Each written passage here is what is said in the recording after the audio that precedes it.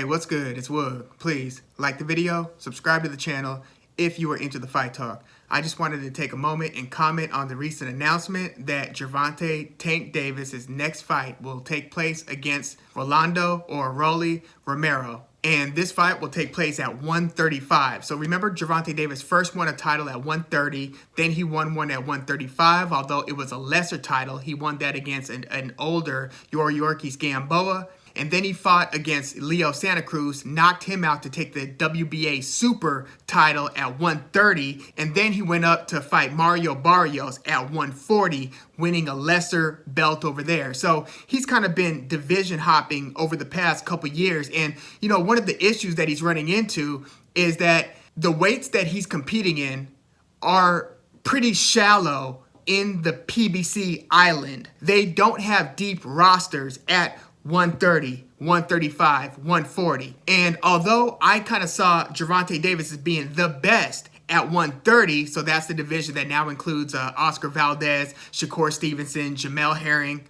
I think that at this point we could all agree that he's no longer going to compete at 130. He's relinquished his 130-pound title, and that his best weight and best division to compete in it's probably 135, not only because that seems to be the happy medium of where he would just naturally land weight-wise right now, but also because they have most of the exciting talent. Yes, they do have Josh Taylor and Jose Ramirez and Regis Prograis and others up at 140, but if you look at 135 right now with Teofimo Lopez, Devin Haney, Ryan Garcia, Vasily Lomachenko, that lightweight division is just popping right now. Unfortunately, though, for Gervonta Davis is that most of the key players at 135 are not on PBC. In fact, he's really the only one at 135. Yes, PBC has Chris Colbert down at 130, who I'm sure is going to be at 135 at some point, but it's really slim pickings for PBC at 135. So right now, we're getting this Gervonta Davis versus Rolly Romero fight at 135 because Rolly Romero has had the interim lightweight title, or at least the WBA's version of it, for his last couple fights. And, you know, who else is Davis going to fight? He's not going to fight an elite 140 guy right now. And plus, Josh Taylor is not with PBC anyway. So, you know, I'm actually, you know, pretty impressed that Rolando Romero is willing to step up, and he's younger than Tank Davis. Davis is now, what, 27 years old? Or he's going to be 27 by the time they fight, whereas Rolando Romero is only 25 years old. And by the way, he is a hell of a character on social media. You know, he's pretty much talked his way into his position about as much as he's fought his way into his position. Not to knock any of his performances. I mean, he's undefeated and has knocked out every opponent except for two. But his character on social media and his just disrespectful nature towards potential opponents, it's pretty funny and it's entertaining. I mean, has anybody called him Rolly Romero yet? Because this dude is trolling a ton on social media. Well, he's been barking up Gervonta Davis's tree for some time. And again, I'm impressed that he's got the balls to want to fight Tank Davis. But am I the only one seeing how big of a mismatch this appears to be? And don't let Romero's undefeated record lead you into believing that he is in that upper echelon with those Devin Haney, Teofimo Lopez, those different young but elite and much more proven than Romero fighters in the division. It's not the same thing. He just happens to be one of the best guys on PBC's roster, and again, he's willing to fight Tank Davis. So at least we're getting, you know, two exciting competitors going at it. But if you look at the nuts and bolts and the X's and O's and what's involved here, Gervonta Tank Davis is just in another class right now. Now, I will say Rolando Romero has immense power. He likes throwing that right hand, and he likes throwing it hard. And he's, again, knocked out most of his opponents. But if you look at his skill set, first of all, he leaves his chin and his neck way out there. Not only when he's throwing power punches, but even when he jabs. I've seen him just leave that jab hand out there way too long. For instance, like, what was it, 3 fights ago against Jackson Marinez. This was a fight during the COVID bubble, so this was like August of 2020, and most viewers who were watching this fight thought that Marinez won against Romero, but they awarded Romero, who was kind of the hotter prospect, the bigger name, the guy they were really trying to elevate. They gave him the decision win. And unfortunately for Marinez, who again fought a great fight against Romero, I thought should have won by a couple of rounds at least. In his very next fight, he actually got knocked out by Richard Comey, who lost his IBF title to Teofimo Lopez almost 2 years ago. So that's just the tough luck. And I mean, that's boxing for you. Marinez gets borderline robbed against Romero and then gets beaten and knocked out against Richard Comey. That's just tough luck. But Rolando Romero is just showing so many defensive holes in his game, at least at this stage of his career, where, look, Gervonta Davis is not the guy you want to learn on the job against. Like, this is one of the most dangerous fighters in the sport, pound for pound. And although Rolando Romero hits hard, and to his credit, he's an actual 135 guy. Like, he's not your Yorkies Gamboa, a former featherweight champion who Davis happened to fight at 135. And that's, to this day, Davis's only fight at 135. Again, he's beaten a true 140 guy in Mario Barrios, though Barrios himself hasn't proven to be an elite guy at 140. He seems pretty solid, pretty good, not great, at least to this point. So Davis has fought against significantly bigger guys, but right now he's fighting Romero, who can hurt him and might be the hardest puncher, aside from maybe Barrios,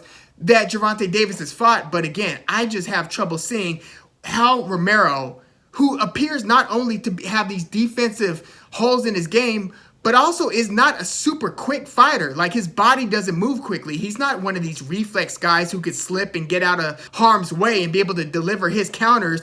This is a front foot heavy guy who likes to come forward and likes to be the aggressor and throw heavy punches. Think, I don't know, maybe Jason Rosario at 154, somebody who's just looking for a reason to throw his hard right hand, likes to come at you, throw his jab out there just to set up a right hand and then whip a left hook behind it. So for as physically gifted, punching power-wise as Rolly Romero appears to be, I just think not only is he going to get finished, but I really think he's going to get finished early. This could be like as spectacular a knockout as Davis's knockout of the great Leo Santa Cruz. Because, whether we're talking about Romero's fight against Marinez or his recent fight, it was a knockout win over Anthony Yiggett. But even in that fight, there were lapses where Romero got borderline rocked because his chin and his neck were just out there while he was throwing his power punches. He doesn't move his head a ton, doesn't slip a lot. He's just basically trying to initiate a firefight. And is that the strategy to implement against a guy like Gervonta Davis? Yeah, granted, you want to hurt Davis because he's sure as hell out to hurt you.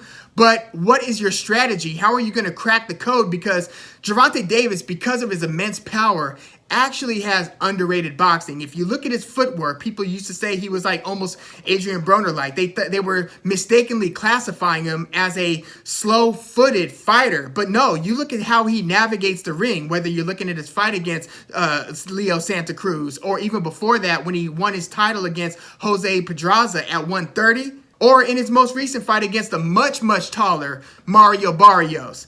Like, Gervonta Davis doesn't have subpar footwork, and if you couple that with his upper body and head movement and his natural reflexes where he could see the punch, time it perfectly, and just come with an uppercut or a straight left hand, I mean, his arsenal is beautiful. But, unlike Mario Barrios, who was nearly 6 feet tall, Rolando Romero is only at 5'8", so we're not even talking a huge height gap. And, for all the jokes that Rolly Romero is throwing out on social media, talking about the reach differential, Gervonta Davis, at least in measured, has a half-inch reach advantage over Romero. Think about that. Like, Romero might be taller by a couple of inches, but in their official measurements, Gervonta Davis has the reach advantage. So this isn't going to be a huge test for Davis on how am I going to get in on this taller, rangier fighter. This isn't going to be that, again, because Romero is coming at you. He's not one of these guys who's going to be difficult to find in the ring. This just has mismatch written all over it. And it might be dressed up as a exciting, entertaining, and competitive fight. But if you look at these guys' styles, it almost makes me wonder, like, does PBC, the promoter, not believe in Rolly Romero and therefore they're feeding him to the wolves? Like, I'm just wondering what's going on here. Again, I'm impressed by the spirit of the willingness to accept the challenge. But damn, on paper, I'm just seeing a whole bunch of red flags for Rolly Romero right now. Like, maybe if I rewatch some fights, I'll see differently. Or maybe he's just improved leaps and bounds defensively and in his, like, sweet science skill set over the past few months. But damn, the learning curve is immense, because if the Rolly Romero that I've seen in these other fights is going to be the Rolly Romero who fights Gervonta Tank Davis, I expect not only a knockout, but probably an early knockout. Look, check it out. When people fight southpaws, there's always that, that learning curve where the first couple rounds, usually the orthodox fighter gets tagged because he's got to take a couple rounds to kind of get used to the angles that this southpaw is throwing his punches from. That's why a lot of people kind of figured that Usyk might get out to a nice start against AJ. Now, almost nobody besides Richard Dwyer was saying that Usyk is going to beat AJ, but a lot of people thought that the first couple rounds are going to be pretty interesting, because how's AJ going to adjust to seeing this skilled southpaw coming at him? Well, Gervonta Davis, very different game than Usyk, obviously, but he's a skilled southpaw who just happens to have devastating power. So if he catches Romero slipping in the first couple rounds, this fight could be over. I just don't see what Romero's going to do to consistently back up Gervonta Davis. And given Romero's aggressive nature in the ring, I see this as a pretty devastating mismatch. But yeah, let me know if you're seeing something that I'm not seeing. Look, Rolly Romero, again, is showing some potential, some great potential. Look, he's not Felix Trinidad, but he hits hard and he's got guts. But I'm not seeing the hand speed. I'm not seeing anything that is going to make it difficult for Davis to time his power punches and be able to deliver devastating knockout punches of his own. That's how I see this playing out. Unless Rolly Romero totally flips his game somehow, I see him as kind of being tailor-made for Gervonta Davis. But yeah, these are just my early thoughts. I'm going to do a full fight preview as we get closer to the fight date. But let me know your initial thoughts in the comments. Look, this is not one of the top 5 guys we would want to see Gervonta Davis fight. We want to see him fight Teofimo Lopez, Devin Haney, Ryan Garcia. We want to see him fight these guys. Vasily Lomachenko. I mean, come on. But given the promotional islands, if you will, and the constructs, we get what we get. I wasn't expecting PBC to feed Gervonta Davis Chris Colbert, one of their other promising prospects. So, hey, Rolly Romero's next up to bat. Good luck. But yeah, let me know what you think in the comments. Please like the video, subscribe to the channel if you are into the fight talk. I'm Woog. Thanks for tuning in.